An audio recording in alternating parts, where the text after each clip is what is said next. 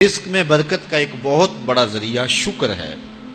ارشاد فرمایا لَإِن شَكَرْتُمْ لَأَزِيدَنَّكُمْ، اگر تم شکر کرو گے وہ تمہیں اور زیادہ عطا کرے گا، اور اگر تم شکر نہیں کرو گے وَلَئِن كَفَرْتُمْ، کفران نعمت کرو گے، إِنَّ عَذَابِي لَشَدِيدٌ، تو پھر میرا عذاب بڑا سخت ہے۔ رزق کے اضافے کا ایک اور بہت بڑا سبب انفاق فی سبیل اللہ ہے۔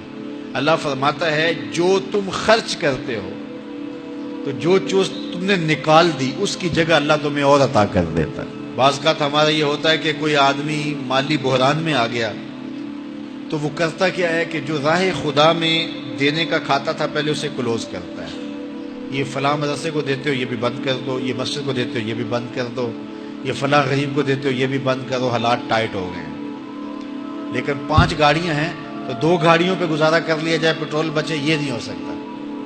گھر کے لچھن وہی ہیں لیکن بند کہاں سے کیا؟ جہاں سے رزق آنا تھا۔ ہمیں تو یہ حکم دیا ہے جب رزق تنگ ہونے لگے صدقہ دے کے رب سے کاروبار کر لو، صدقے سے تمہارے رزق میں اضافہ ہوگا۔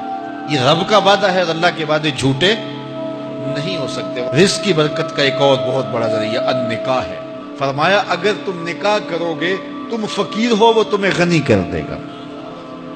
لوگ کہتے ہیں بچہ پیروں پہ کھڑا ہو لے تو پھر نکاح کریں گے، اللہ کہتا ہے تم نکاح کرو ہم پیروں پہ کھڑا کر دیں گے۔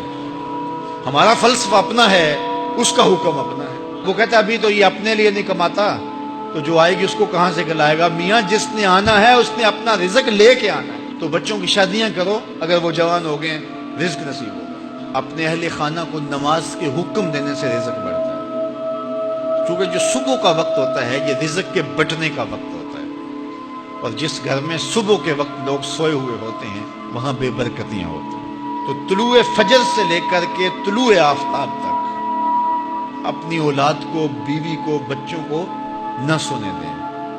اس وقت رزق بٹنے کے لمحے ہوتے ہیں۔ کثیر دعائیں مانگیں، تلاوت کلام مجید پڑھیں، اور نماز فجر مرد حضرات مسجدوں میں جا کے باجماعت ادا کریں، اور گھروں میں جو ہے وہ بیٹیاں بہنیں مصلے بچھا لیں تو اللہ کی رحمتوں کا نزول ہوگا۔ اب ایک حدیث میں رزق کے اضافے کا ایک اور نسخہ ارشاد کیا گیا۔ میرے حضور نے فرمایا جو شخص یہ چاہتا ہے کہ اس کے رزق میں برکتیں ہوں اور اس کی عمر میں اضافہ ہو تو وہ اپنے رشتہ داروں کے ساتھ سلوک اچھا کرے۔ رشتہ داروں کے ساتھ اگر اچھا سلوک کرو گے تو پھر تمہارے رزق میں برکت ہو۔ غریب ہیں تو ان کی مدد کرو، ان کی بیٹیوں کی شادیاں اپنے ذمے لے لو اگر اللہ نے آپ کو وسعت دی ہے، ان کی پریشانیاں بانٹ لو، ان کا قرضہ ہے تو اتارنے کی کوشش کرو، ان کو مشکلات سے نکالنے کی کوشش کرو۔ تم ان کو مشکلات سے نکالو گے، اللہ تمہیں مشکلوں سے نکالے گا۔ تمہارے رزق میں بھی برکتیں ہوگی اور تمہارے مال میں بھی برکتیں ہوں گی۔ فرمایا بہتر صدقہ وہ ہے جو ناراض غریب رشتہ دار کو دیا جائے۔ اگر وہ پھنس گیا ہے، مجبور ہے، ناراض ہے، تو اس کو اگر دیں گے تمہارا نفس اس میں شامل نہیں ہوگا، تو یہ افضل صدقہ ہے جو ہر صورت میں قبول ہی قبول ہے۔ رزق کے اضافے کا ایک اور سبب الاحسان الی الضعفاء، جو کمزور لوگ ہیں ان کے ساتھ اس نے سلوک کرنا۔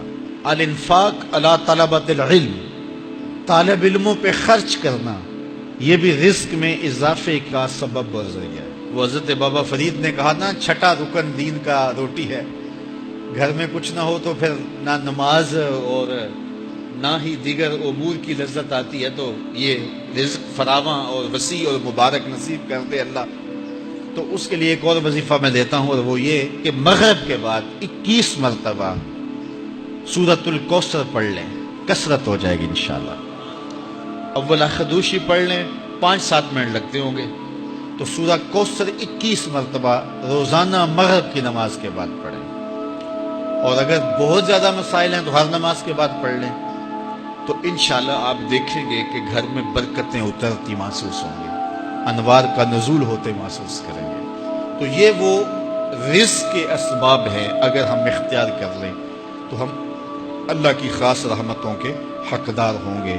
اللہ ہم سب کو رزق حلال، رزق وسیع، رزق سہل، رزق مبارک، رزق فراواں نصیب فرمائے۔